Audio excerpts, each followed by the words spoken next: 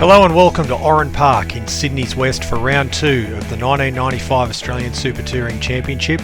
A day that has dawned wet and soggy, but that wasn't the case yesterday for qualifying for the opening race, which took place in dry and sunny conditions, where we saw Stephen Richards notch up his second pole position in a row after dominating proceedings at round 1 in his Alfa Romeo 155. Big rule changes, as you can see, in between rounds 1 and 2.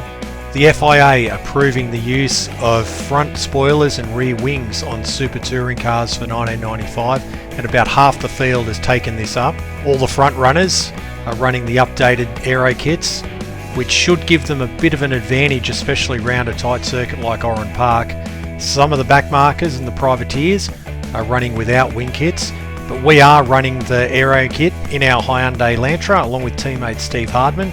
But as you'll see, we've qualified mid-grid, which is a bit further back than we were during the opening round on the streets of the Gold Coast. Trouble for Greg Murphy in qualifying in his Oryx Audi 80 Quattro, bursting into flames as he came out of Sutton's corner up towards the dogleg.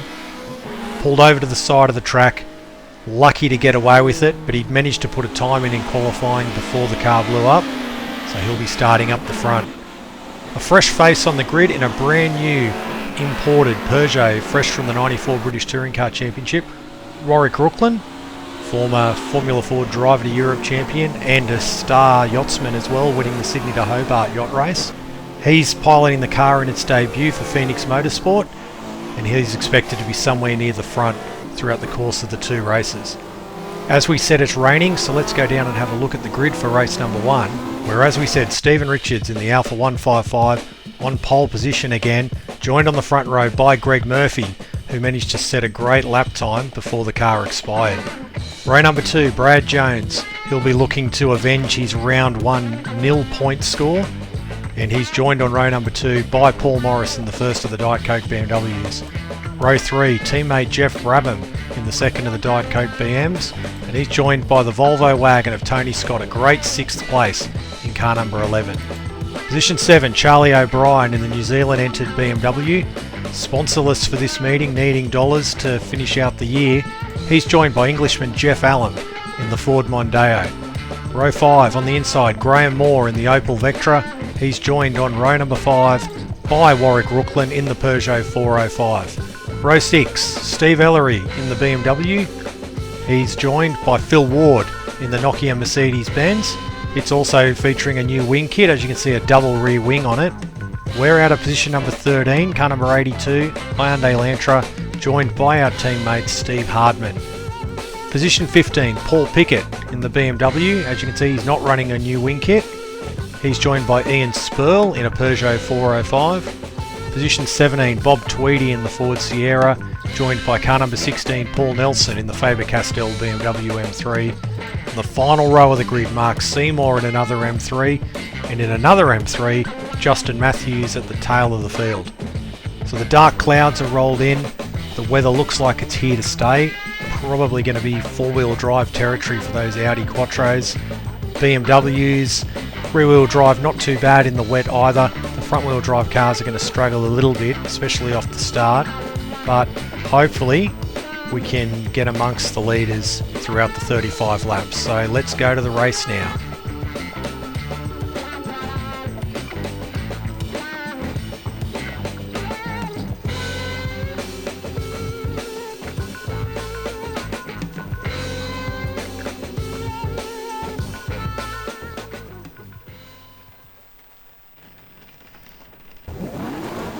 Wet and dreary day here at Oran Park, except for race 1 of round 2.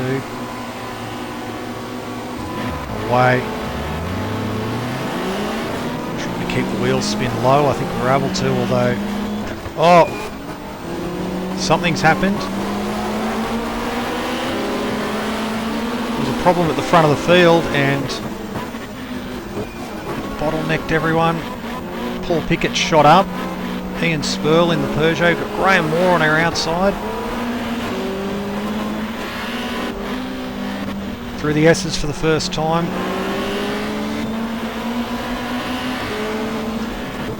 Get up Spurl through Sutton's corner.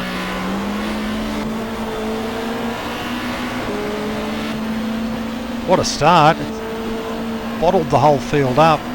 There's a spin up ahead as well. Looks like Tony Scott in the Volvo. Back onto the front straight into lap 1. It's really mixed the field up. Across the line.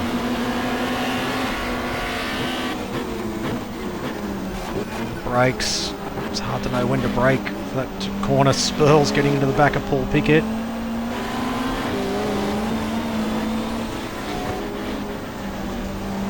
Through the S's.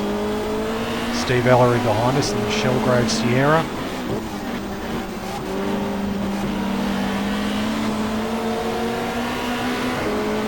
Everyone feeling their way around. Looks like a Diet Coke. Oh!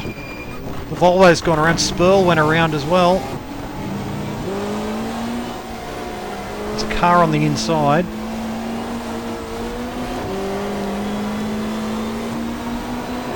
Onto the front straight. We get past Paul Pickett.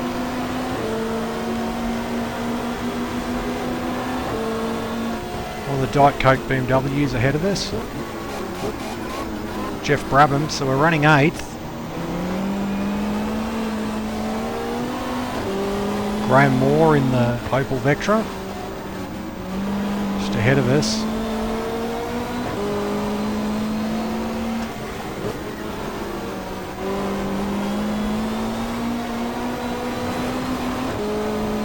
Come up to the dogleg now.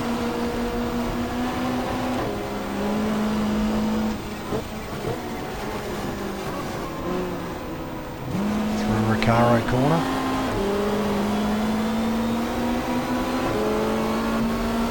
Got a bit of a slow run onto the straight, so we'll get past him as well.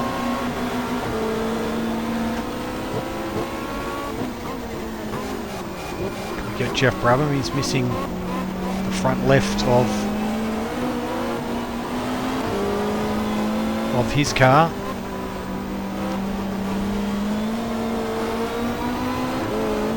It's all over the back of us. Through Sutton's.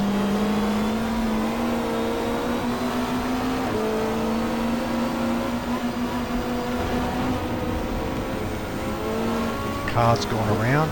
It's Phil Ward in the Nokia Mercedes. We're putting a lap on him, I think. So he's had a couple of problems.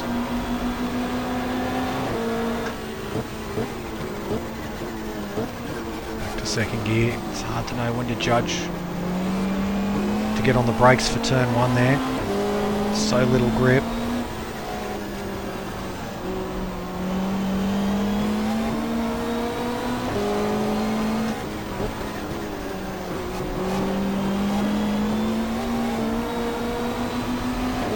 Often you got a wet super touring race in Australia.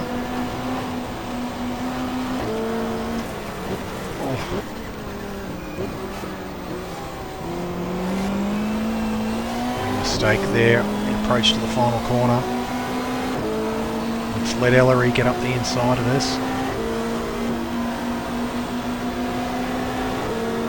Can we get him back? Oh. Maybe not. We can use him as a brake. Sorry, Steve.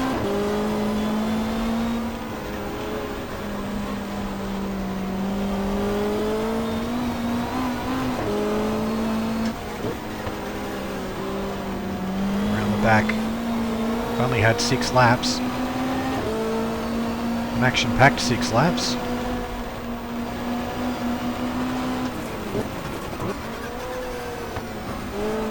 Same thing again. Phil Ward is going very slow.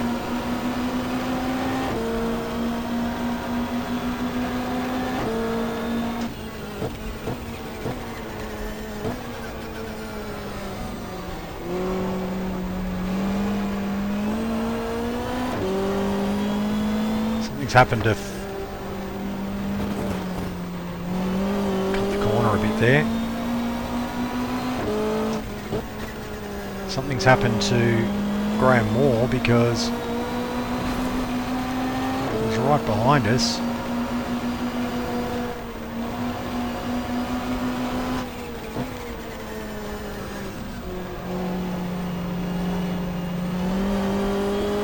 Presumably it's the Audis out in front at the moment.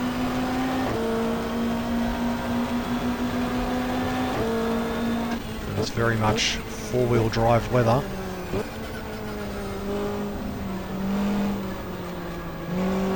Around turn one of the South Circuit. The traditional Oran Park layout. Not the original layout, but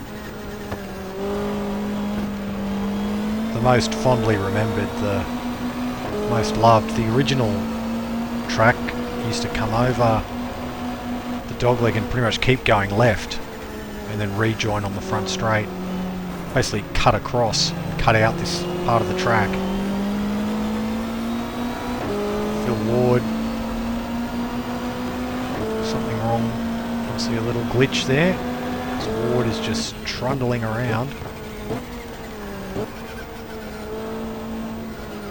Go back to second gear.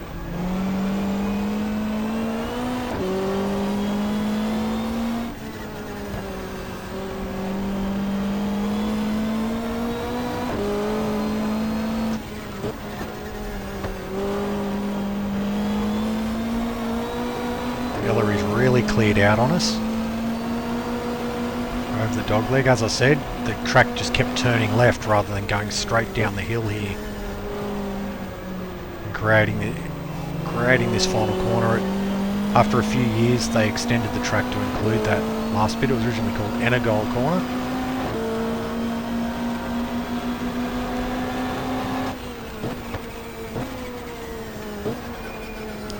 BP corner for a while, and throughout the 90s and early 2000s it was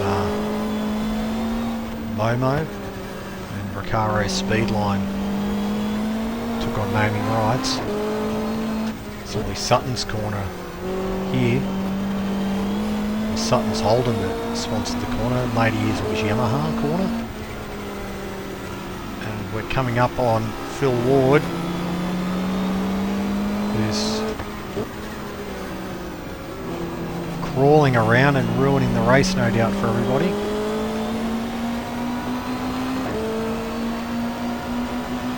So 25 laps to go, end of lap 10.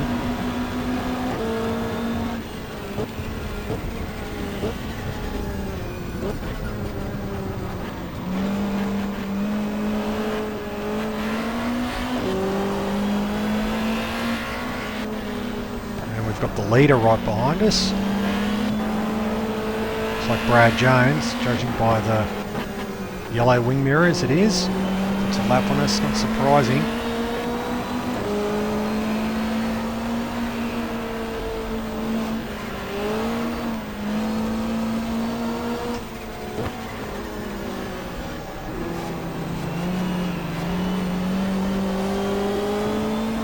Paul Pickett still following us. Benefited from a good start. Be interesting to see the replay at the end of the race and find out what happened with the leaders that caused the bottleneck, which let us all overrun. Not quite half the field, but close to. The rain in a way is spoiling this race a little bit. Would have been good for a bit of dry weather to make a bit more of an exciting race for everyone. So we go around Phil Ward.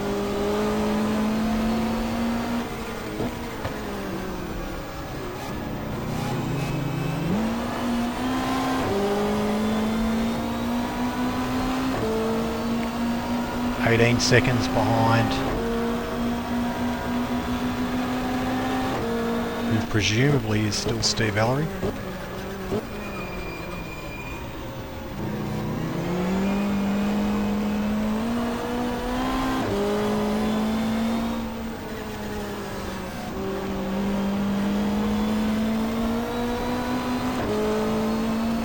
Oran Park, of course, hosted the final round of the 94 2-litre championship.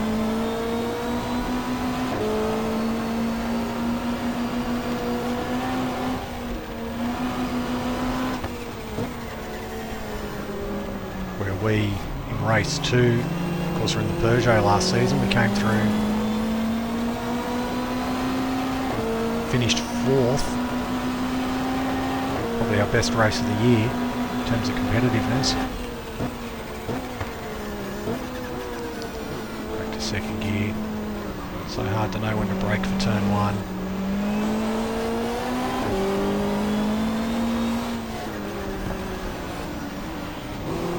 Understeer, we're coming back up on Phil Ward.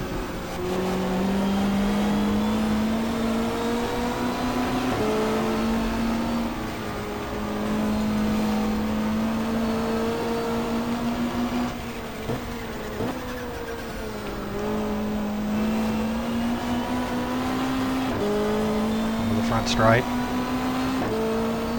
Made a bit of ground on the car in front this lap, we're only 17 seconds behind.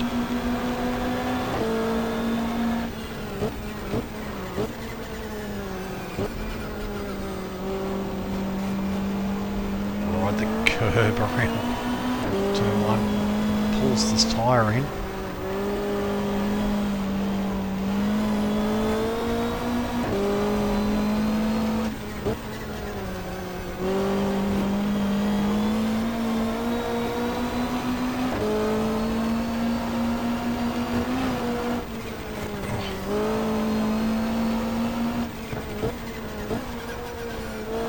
So much attention.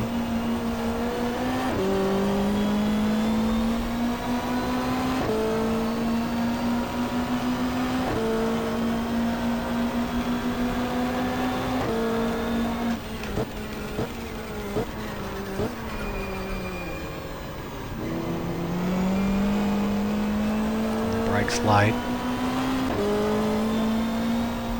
1995, of course, was at a time when Super Touring was just getting big in terms of spreading its wings around the world.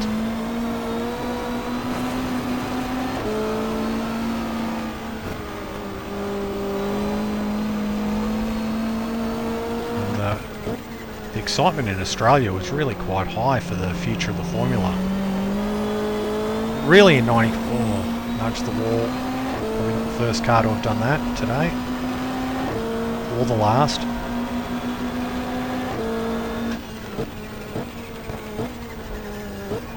But at the time in early 95, there wasn't really a V8 touring car, 2-litre touring car war in Australia. They sort of silently coexisted.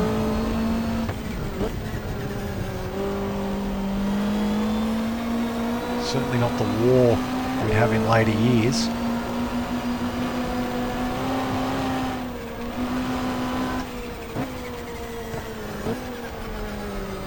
And the final corner again.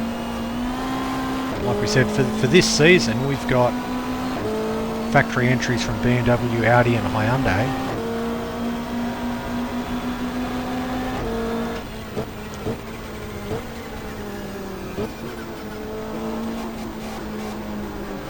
Looks like we've got the second place car behind us. One of the Diet Coke BMWs.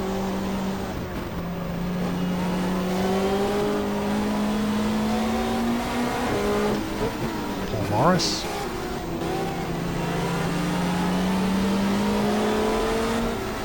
Already nails the back of Phil Ward.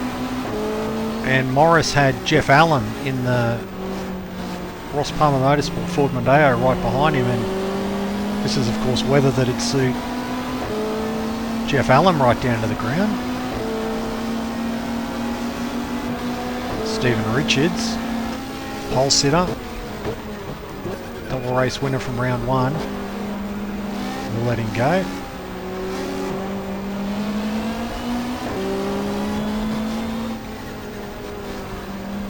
Still sitting 8th, long way off 7th.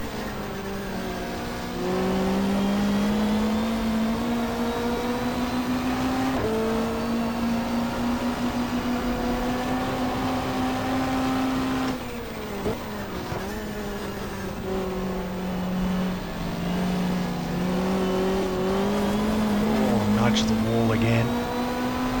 Trying to keep up with Richards.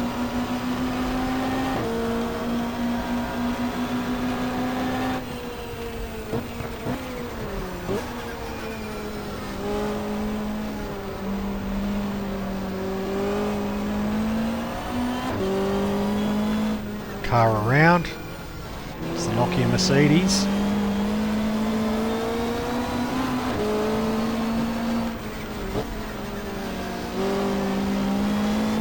So we're back up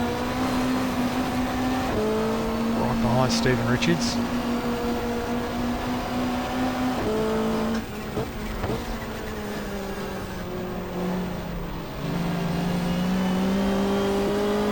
Weather looks a little bit lighter on the horizon.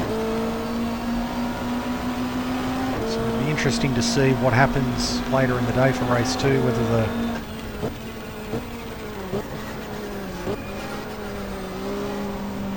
this weather hangs around. Qualifying conducted yesterday in dry conditions. Of course, the Australian Championship followed the British Championship in 1995 in that there were separate qualifying sessions for each Sunday race, which effectively made each race its own individual event, as opposed to sort of progressive grids.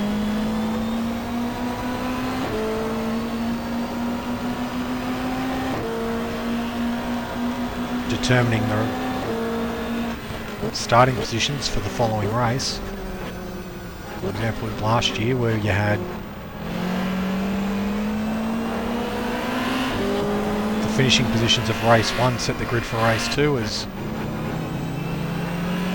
we let Brad Jones go. So it looks like he's going to get his first Super Touring win.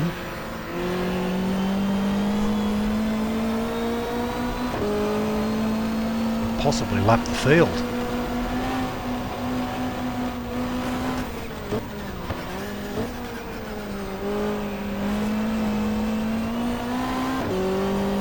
Lap 22, end of lap 22, so it would have been end of lap 24 rather for Brad Jones, because that puts him 2 laps up on us.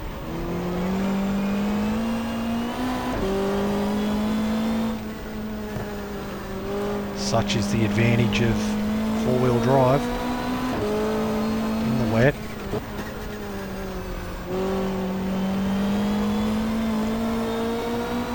We're on our own really, we're 13.5 seconds in front of 9th place.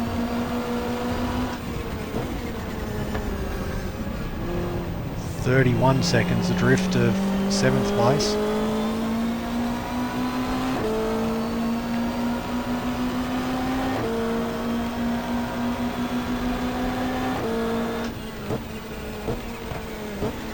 So it's just a matter now really of surviving the rest of race 1, getting some points on the board. Of course, we're still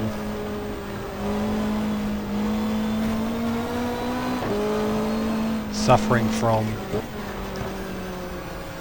our crash in the second race at the Gold Coast, which meant we only scored points from race 1 there.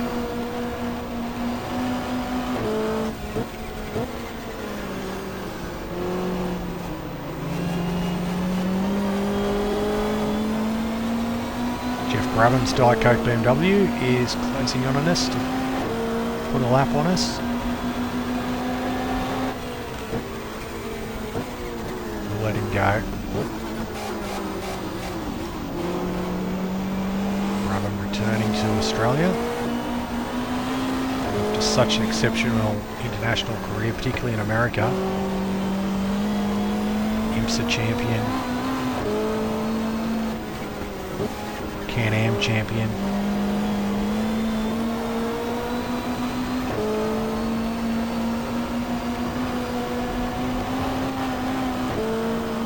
Did a number of years in Indy cars.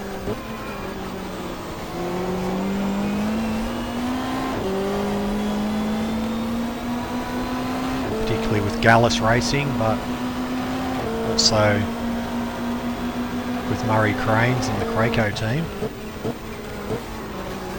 We've got a real bank up of drivers here.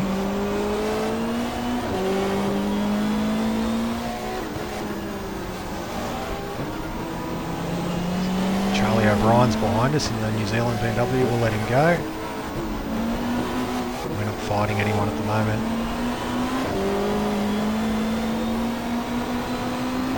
Yellow flag's out.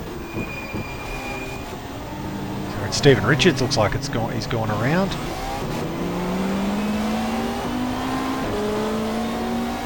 So a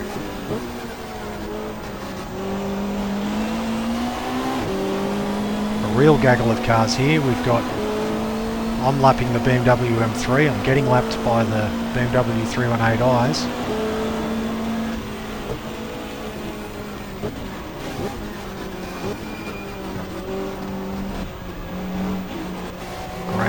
Is caught up in this as well. He's really having a struggle in the Vectra. Sentinel Motorsport backed car. We had a good little dice with him at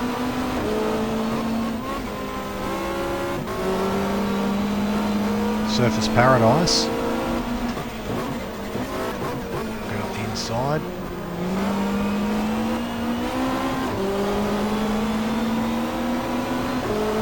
Stephen Ellery looming in our mirrors.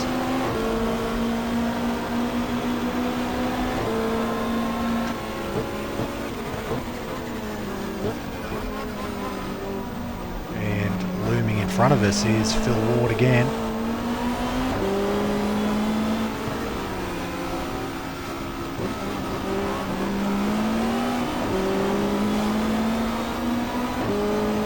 Shame for Ward. Hopefully he can get it all sorted for race 2.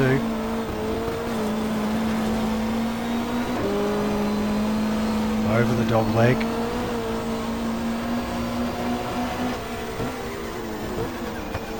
Let Steve Ellery go. It's a bit of a nothing race, unfortunately.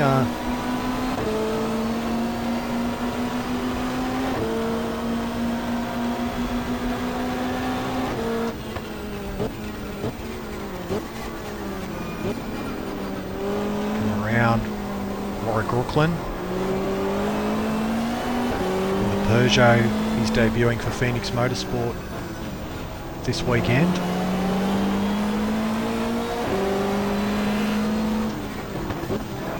'90s 4-spec car, fresh from the British Touring Car Championship.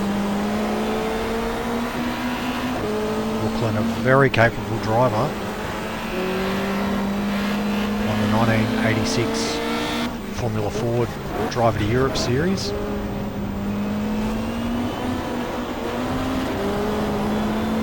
Also, interestingly, won the Sydney to Hobart yacht race. So,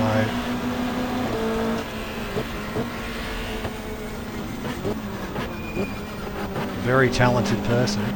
There's with that Brad Jones Lapis again. Dominant win. I apologise that this hasn't been the most exciting race.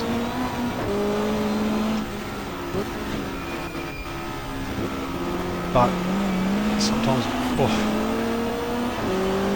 motorsport is like that, and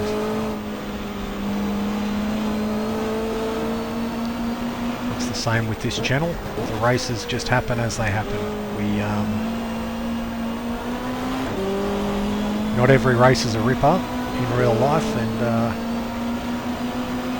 not every race is a ripper on our platform here either.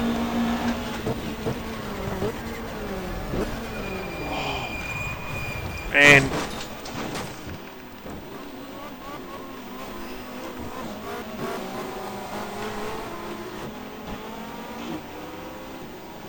we've lost the car.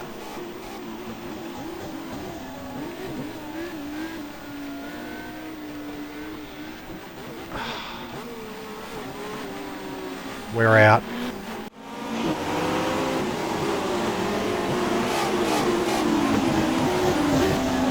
real struggle and a disappointing result. After 30 laps not to get a result is a real shame, and just a silly error down at turn 1. Locked the front wheels, slid off into the wall, and it doesn't take much to damage the cars, unfortunately, putting us out. But as we go to the race results, unsurprisingly it's Brad Jones with a dominant win in the Audi Quattro. 1 lap clear of Paul Morris, Jeff Allam and Jeff Brabham completing the top 4. 2 laps back to Charlie O'Brien in 5th, Steve Ellery 6th in the Shelgrave BMW. 7th, Stephen Richards, so not able to continue his winning ways in Heat 1. Paul Pickett 8th, Tony Scott 9th, and Paul Nelson rounded out the point scorers in 10th. Ian Spurl was 11th in the Peugeot. Bob Tweedy in the Sierra rounded out the top 12. And after the 3rd race in the 16 race series, Stephen Richards still at the top of the points, 52 points, 12 clear of Jeff Brabham. Paul Morris 3rd, Greg Murphy 4th, Brad Jones and Charlie O'Brien equal 5th. So that's it for race 1 from round 2 of the championship. The second heat coming up shortly. Can Audi continue their winning ways? We'll find out soon. Thank you for watching.